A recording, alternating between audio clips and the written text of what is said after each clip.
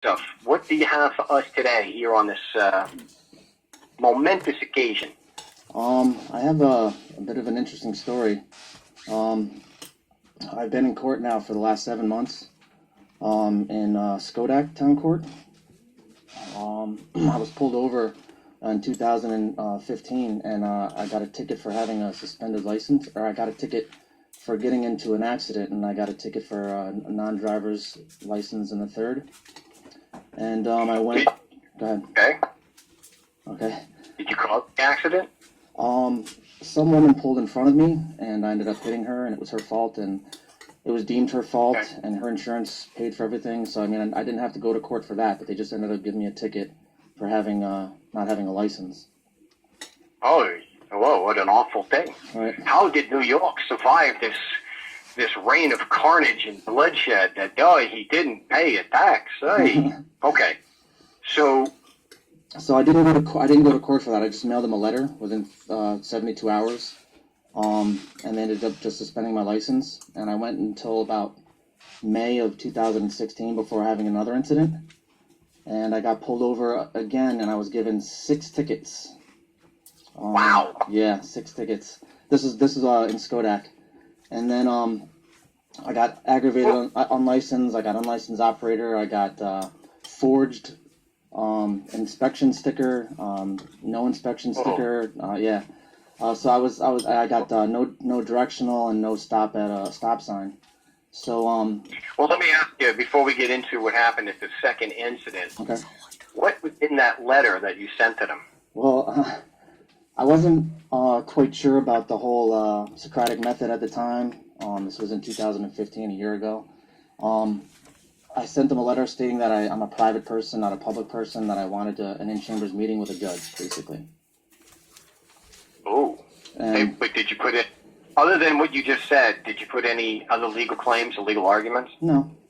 Well, I mentioned that I wasn't driving the day of the incident, that I have a fundamentally protected right to travel and things of that nature.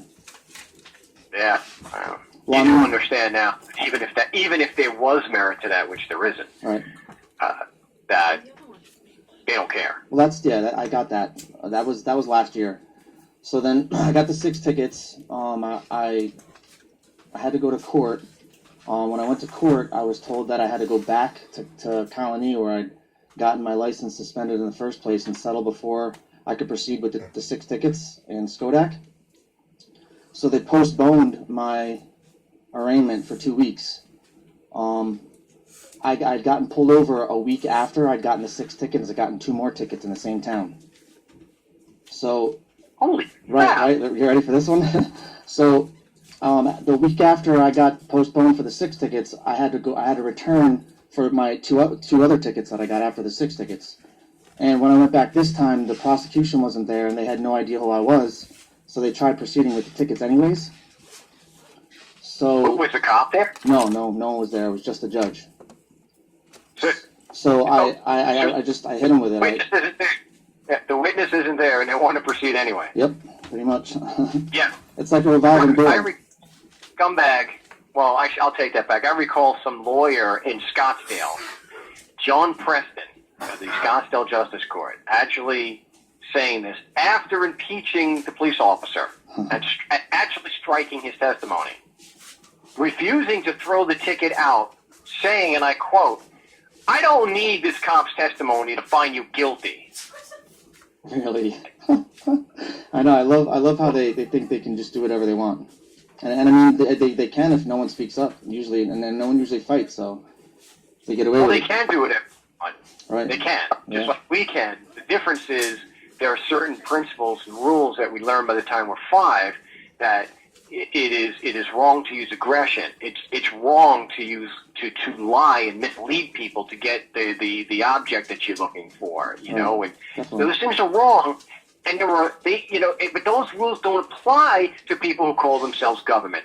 Right. You see that played out all the time. Definitely. I just had someone turn around and reject a claim on a video that someone left a comment on, someone that I know, and the troll says, he says, your claim conflicts with the objective evidence. I said, oh, wait a minute. Who the hell do you think?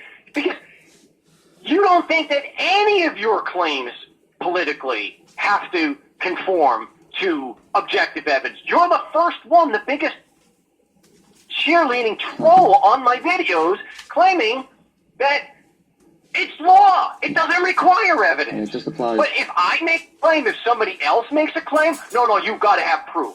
I'm a fungo with your double standard, these people. And that's why I can invite these people on, and they never confront me in real time. They have all these, I don't trust Mark. Right. It's got to be a neutral show.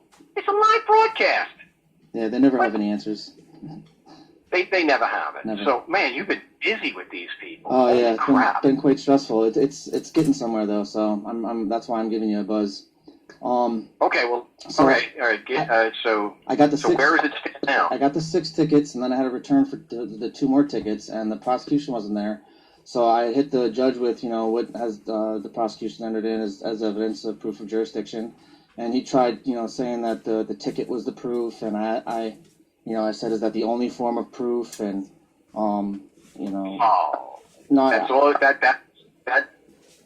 I got to the point where he literally, the prosecution wasn't there, and he was saying things like, it's my assumption that jurisdiction hasn't been established, and he literally, they had a bailiff come over. I didn't get a chance to record this one. I wish I could have, but a bailiff came over and literally told me to shut up, and the judge was going to proceed no matter what. And the judge literally shook his finger at me and was like, we're going to contact you for a court date, and pretty much told me to get out. All right, I got to address the issue of the judge saying the ticket. Mm-hmm. So what you need to do, what everybody needs to do, when they say something like that, they're being very vague. And remember, our job is to ask questions and bring out that they are being vague, and you want them to be very, very specific. If there's one thing lawyers hate to do, the politicians, they hate being specific. Right. They hate it because they don't want their own words to be read back to them. And they want to be able to have plausible deniability. That's not what I meant. So when they say something like that, you have to object. Objection. What on this ticket leads you to believe it's evidence proving your Constitution applies to me just because I'm physically in New York? Right. And that, it's not going to get answered directly because there's not a damn thing on the ticket but an allegation. Yes, we have your physical location. We get that. Stop your proof by assertion crap. Stop repeating the argument. We know you think if I'm physically in New York, your laws and your rules apply. Do you have any proof that that's true? Just merely restating it doesn't prove anything. It's just it's 2 logical fallacies. It's proof by assertion and it's circular logic or begging the question. You're assuming that your position is true. I mean, how many successful arguments can you show that have one premise and then a conclusion? If X, then Y. Right. Okay. All right. And especially when you're talking about opinions here, where it's just an opinion of a cop, which is what we're talking about here. The prosecution is taking these arguments or these claims from the police officer, and he has to go to court and prove beyond a reasonable doubt that they're true. Right. Where's the proof? They have none. So again, never take anything that they say at face value. Just assume they're lying and ask your questions using your Socratic method. Who, what, where, when, why, and how. If he says it's on the ticket, where? What on this ticket? And then watch him. In your situation, he probably would have just called the bailiff again. Right. I believe I asked him if it satisfied the... So I believe I asked him if it satisfied the element of jurisdiction, and he didn't like that either, so...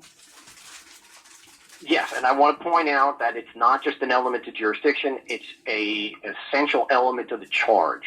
Okay. And no, they don't have to prove it beyond a reasonable doubt initially, but they have to have a prima facie case. And a prima facie case is not satisfied by quoting statutes.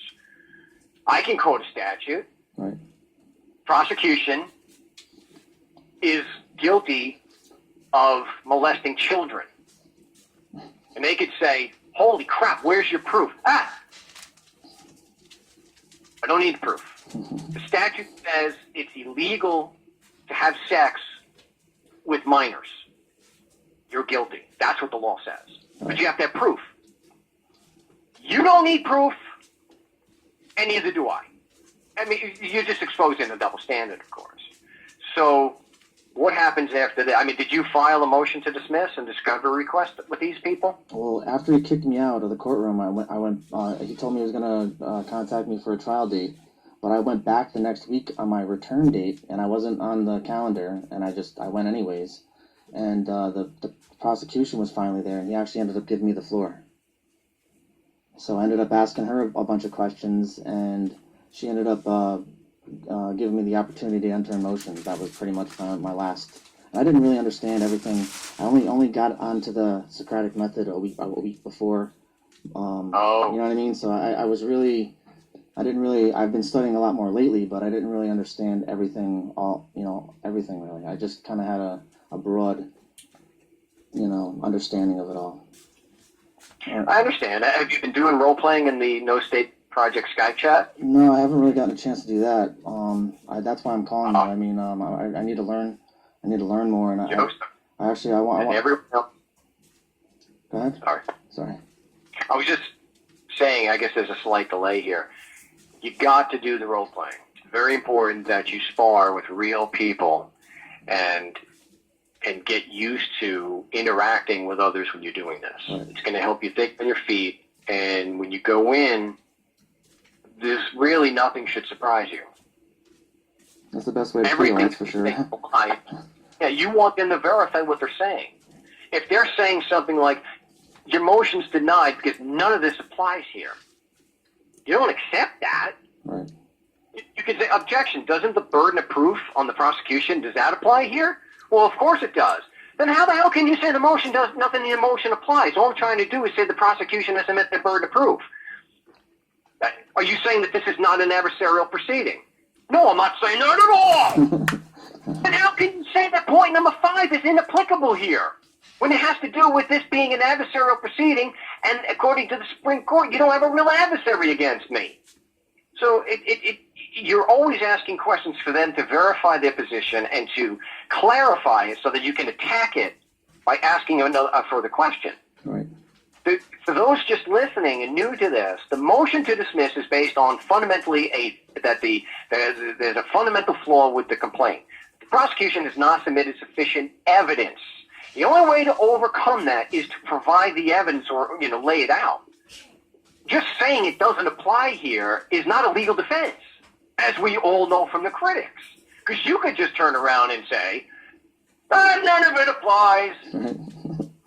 Are they going to accept that crap from you? Absolutely not. Well, then you have a double standard. You just exposed that it's not a fair system. It's rigged against you. The prosecution doesn't need evidence. You do. That's fundamentally unfair.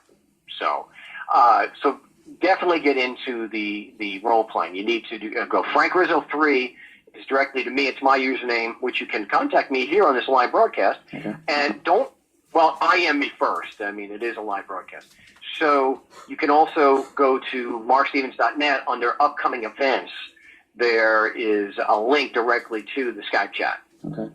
So definitely need to do that. I definitely will. I'll check it out. When's your next court date? Well, what ended up happening is a buddy of mine put motions in for me, 12 pages of motions, because I didn't even understand the whole motion thing yet. So they ended up trying to set me up for a trial a trial by jury, basically. And they ended up dropping the crimes that I had down to regular tickets, so now I just have a regular bench trial.